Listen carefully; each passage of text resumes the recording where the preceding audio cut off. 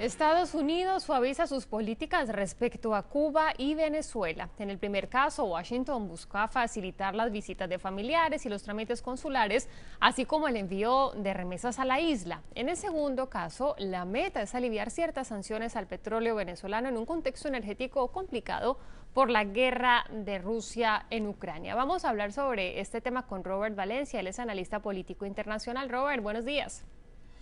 Jennifer, buenos días. Un placer estar aquí nuevamente con ustedes. Y esto nos tomó por sorpresa a muchos, me imagino que a ti también. Y me gustaría preguntarte cómo deberíamos leer estos cambios. ¿Lo vemos como un tema estrictamente doméstico por parte de Estados Unidos, en donde, por ejemplo, el petróleo se está convirtiendo en un tema importante, o responde a una agenda regional latinoamericana que se está volcando y que la izquierda cobra cada vez más fuerza en la región latinoamericana?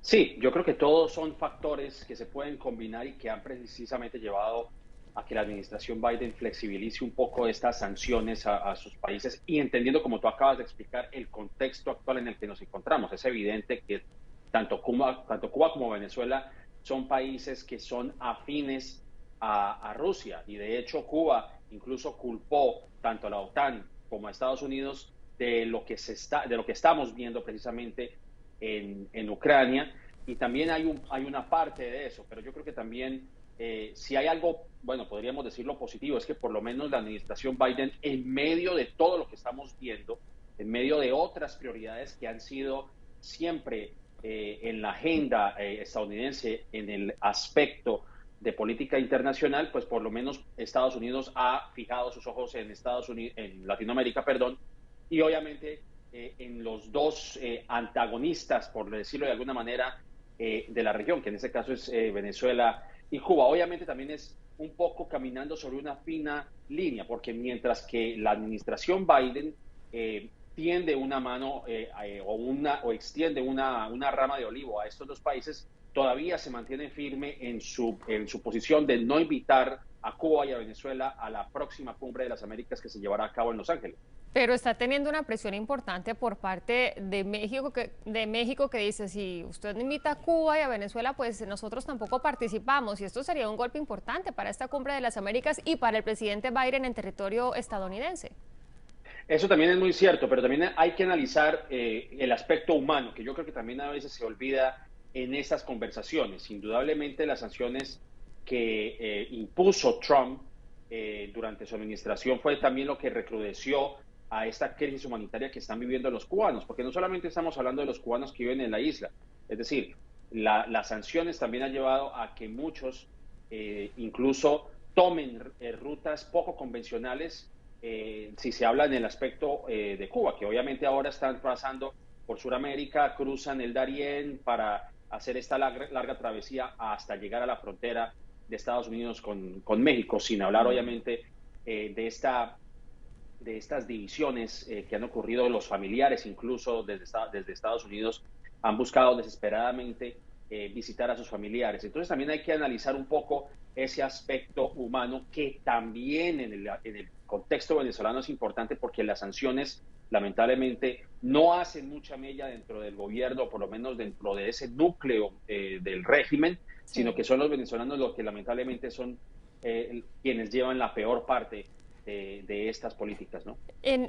Por el lado venezolano hay muchas contradicciones, Robert, que la gente de a pie realmente no comprende. Es decir, el gobierno estadounidense sigue reconociendo al gobierno interino de Juan Guaidó, pero le abre este camino que de una u otra forma pues beneficia al régimen de Nicolás Maduro. Desde su perspectiva de analista político, ¿cómo se entiende esto?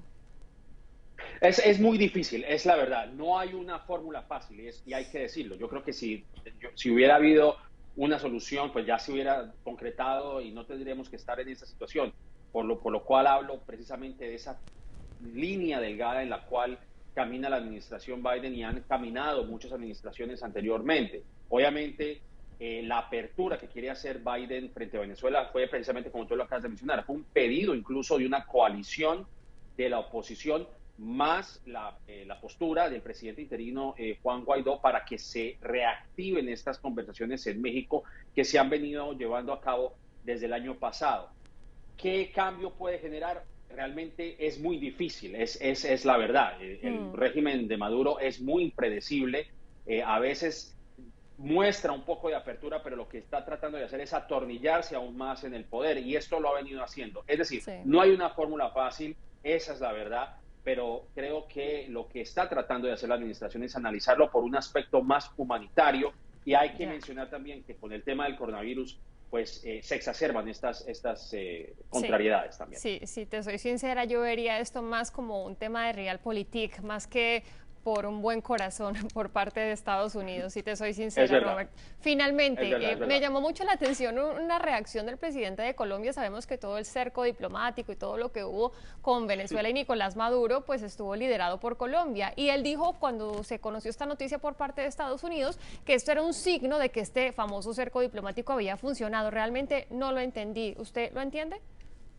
Pues yo no lo entiendo, porque si lo ponemos en el contexto de Colombia, el mismo presidente Duque había dicho que le quedaban 100 días o no sé cuántas horas al régimen de Maduro, y estamos todavía viendo una Venezuela bajo este régimen de hierro, sigue cimentado en el poder, y pasaron los 100 días o no sé cuántos meses que pretendía el presidente Duque, que él había dicho que este cerco diplomático iba a tumbar al régimen. Así que obviamente creo que igual la decisión fue tomada dentro de los venezolanos como debe ser. Los venezolanos, tanto como los cubanos, tienen el derecho de determinar su propio destino, y no creo que el cerco diplomático del cual habla el presidente Duque haya tenido algún tipo de injerencia. Me parece que simplemente es tratar de ganar réditos de cara a las elecciones de Colombia, si lo hablamos dentro del contexto de Colombia. Obviamente, Claro. pues la administración de Iván Duque ha quedado muy mal parada y está tratando de buscar algún tipo de crédito